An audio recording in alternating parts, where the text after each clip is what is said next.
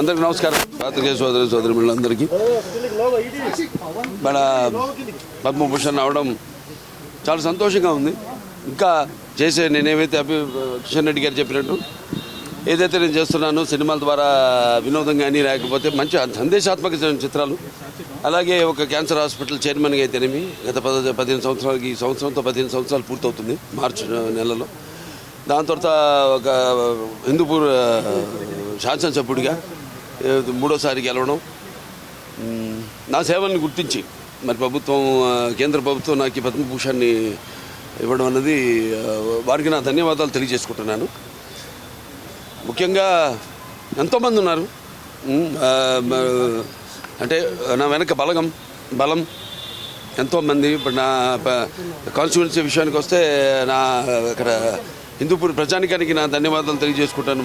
అలాగే పుణ్య దంపతులు ఎన్టీ రామారావు గారు బసవరామ తారకం బిడ్డగా వాళ్ళ కడుపున జన్మించినందుకు ఆయన ప్రతిరూపాన్ని నాలో చూసుకునే అవకాశం కలిగించినందుకు మరి దైవాంశ సంభూతుడు, అలాగే విశ్వ నట రూపం ఎలా ఉంటుందో చూపించిన కారణ జన్ముడు, నా కేవలం తండ్రే కాదు నా గురువు దైవం అంతా ఎన్టీ రామారావు గారు. మరి ఆయన ఒక బిడ్డగా పుట్టడం, అలాగే క్యాన్సర్ హాస్పిటల్ ఏదైతే ట్రస్ట్ నడుపుతున్నామో అక్కడ మా డాక్టర్లే, మా బోర్డు మెంబర్స్ అయితేనేమి, అడ్మినిస్ట్రేషన్ సైడ్ అయితేనేమి, లేకపోతే మా డాక్టర్లు, మెడికల్, పారామెడికల్, అలాగే నర్సింగ్ స్టాఫ్ అంతా కూడా వాళ్ళందరి, అలాగే చలనచిత్ర పరిశ్రమ విషయానికి వస్తే నా నిర్మాతలు, అలాగే నా దర్శకులు, నా తోటి కళాకారులు, సాంకేతిక నిపుణులు అందరూ ఇంకా స్ఫూర్తి, అంటే మళ్ళీ వెన్ను తట్టి ఇంకా మంచి ఒక ఆక్సిజన్ మళ్ళీ నింపినట్టు, మళ్ళీ ఇంకా మంచి ఇట్లాంటి కార్యక్రమాలు కొనసాగించమని ఇంకా బాగా మా స్ఫూర్తినిచ్చి మళ్ళీ నన్ను ఉత్సాహపరిచినట్టుగా నేను భావిస్తూ నా చిన్న విన్నపం, కిషన్ రెడ్డి గారు నాన్నగారికి భారతరత్న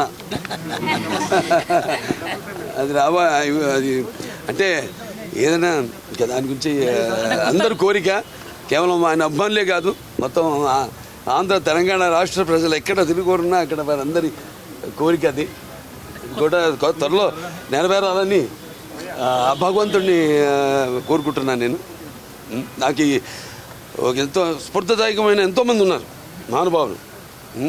మహానుభావులు కోవకే చెందిన మా నాన్నగారు రామారావు కూడా. సో వారందరినీ ప్రేరణతో ఇప్పుడు ఇచ్చిన ఈ యొక్క ప్రోత్సాహంతో ఈ యొక్క పద్మభూషణ్ అన్నది బిరుదుగా కంటే కూడా నేను ఒక రెస్పాన్సిబిలిటీ, బాధ్యత ఇంకా చేస్తున్నాం, ఎటువంటి నిస్వార్థంగా ఏమీ ఆశించకుండా. కానీ దానికి ప్రతిఫలంగా ఇచ్చినందుకు నా అభిమానులు అయితేనేమి ఎవరైనా నా నుంచి ఏమి ఆశించరు. వాళ్ళు నేను చేసే పనులే వాళ్ళు ఆశించేది. దానికి ఇది వెన్ను తట్టి ఇంకా ఇటువంటి మంచి పనులు, ఇంకా ఈ చేస్తున్న పనులు కొనసాగించమని, ఇంకా వేరే మంచి పనులు కూడా చేయడానికి ఎంతో ప్రోత్సాహదాయకంగా అని నేను కృతజ్ఞతలు తెలియజేసుకుంటున్నాను.